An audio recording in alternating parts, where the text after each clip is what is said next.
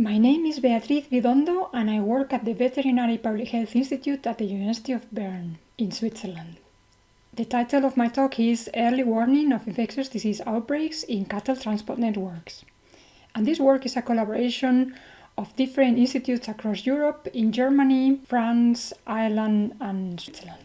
In Western Europe, every bovine is tagged with these two earmarks that allow to follow them from birth to death in the different holdings where they have been.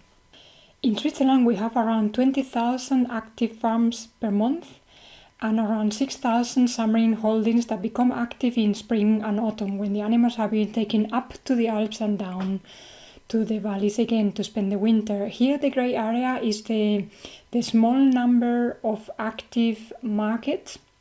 We have only around 137 markets, but some of them are of very large size. Previous work has shown that the presence of markets contributes much more to potential disease spread than all other farms and Alps. Here in this picture, the blue area is the proportion of super spreaders that are in the system that are due to the presence of markets. The so-called Indegree, or the number of transports arriving at a certain holding, and the Outdegree, the number of transport leaving that holding, can be or not correlated, and they can also be more or less heterogeneous. In the case of the cattle transport in Switzerland, both the Indegree and the Outdegree are correlated, and this makes the transport network very efficient to transport not only animals but also disease. Also, the degree heterogeneity plays a role. Here you have the inverse of the cumulative distributions of the in and the out degree for the full network in the left panels, and then excluding successively the markets, the Alps, and then finally for farms only. And you can see that it spreads across 2 or 3 orders of magnitude. This means that there are a minority of holdings that are responsible for a large share of the potential disease spread. And it is this heterogeneity the reason why researchers from network science have investigated the possibility of finding a small set of holdings that would timely and reliably detect outbreaks. We call these holdings sentinels because they act as guardians of the system. And we think this is a very promising approach for early warning of outbreaks in cattle transport networks. If I were to design such a sentinel surveillance system, I would be interested in 2 things. One, I would be interested in selecting holdings that would have a high geographical coverage, that would cover every region in my system, almost every canton. Second, I would be interested in that these holdings would act as basins, as collectors of animals, because in those collectors, the prevalence of disease would be much higher, so it would be equivalent to risk surveillance. So I would be targeting my surveillance to the holdings that have an increased prevalence. And with this idea in mind, we set the goal of our study to compare a surveillance system based on markets to one based on farms, because markets are spread across the geography and also act as basins. We aim to identify the smallest set of sentinel holdings that will reliably and timely detect emergent disease outbreaks in Swiss cattle.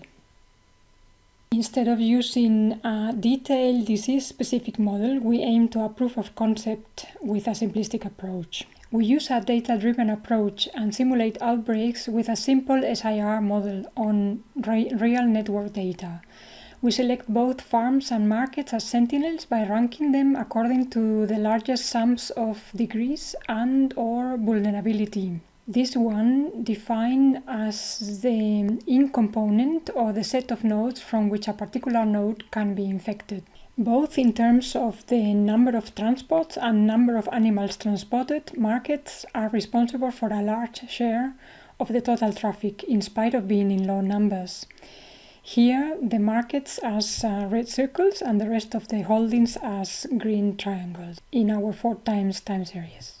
Markets not only occur at regular time intervals, but also are active in each administrative region and canton, both receiving and sending animals within or between cantons. Markets also deliver directly to slaughterhouses, usually to their own canton slaughterhouse. The 5 cantons in white are cantons that did not deliver animals outside their canton but just to their own regular slaughterhouse. Cantonal markets might be large events that occur a few times per year, but there are also many other small-scale events that occur more frequently. As mentioned already, the network shows a high degree correlation for farms and markets here in red in both pictures, and there's also a positive association between the vulnerability and the sum of the in and out degree. In this picture, we have overlaid the invasion paths from 12 different locations here in green that go via one single holding, the number 14, to a market, and you can see how it fans out after the market. But also, even though the transport to the market is channeled through one single holding, it's still collecting animals from many different locations. We have also calculated the probability of finding a market in an invasion path, and we can see that as outbreak size increases here in the horizontal axis, the relative occurrence of markets or a farm sentinel increases very rapidly. But it does so much faster for the markets than for the farm sentinels. The markets are here in red and the farm sentinels in blue. Any outbreak bigger than 80 holdings would contain one of our markets. You have to wait for the outbreak to be bigger than 230 so that it would be certain that it would contain one of the farm sentinels. With respect to detection probability, detection delay, and outbreak size of detection, the surveillance scheme based on markets always perform better than the one at farms. Detection probability increases faster for a smaller number of markets than farm sentinels. The average detection delay also becomes much shorter if we use markets, and finally the average outbreak size at detection is smaller for the surveillance scheme based on markets with respect to the one based on farms. It is also interesting to observe that the maximum performance is achieved with a rather small number of sentinels, either markets or farms. So 85% of detection probability is achieved by using only 30 sentinel markets, and the same happens with the average detection delay. So all the three curves plateau for a rather small number of sentinels. In the next, we explore how can we maximize this detection probability. So we start with a surveillance system with our 137 markets at 86% detection probability. This will be the start of the orange curve here on the upper left corner, and we add one at a time additional farm sentinels, and we see how this detection probability increases. We can see that this probability reaches or surpasses 95% with an additional 100 or 200 farm sentinels. It does increase quite slowly, and we need to add 2,000 additional farm sentinels to achieve the 99 detection probability. This means that virtually every outbreak that would have happened in this 4 years observation period could have been detected by using the markets as sentinels and adding a fair number of other farm sentinels. The other two curves that we observe here, the red and the black line, represent the probability of an outbreak first hitting a market in red. This one declines as we add the farm sentinels, and the probability of an outbreak first hitting a farm sentinel here in black, and it does increases as we add farm sentinels.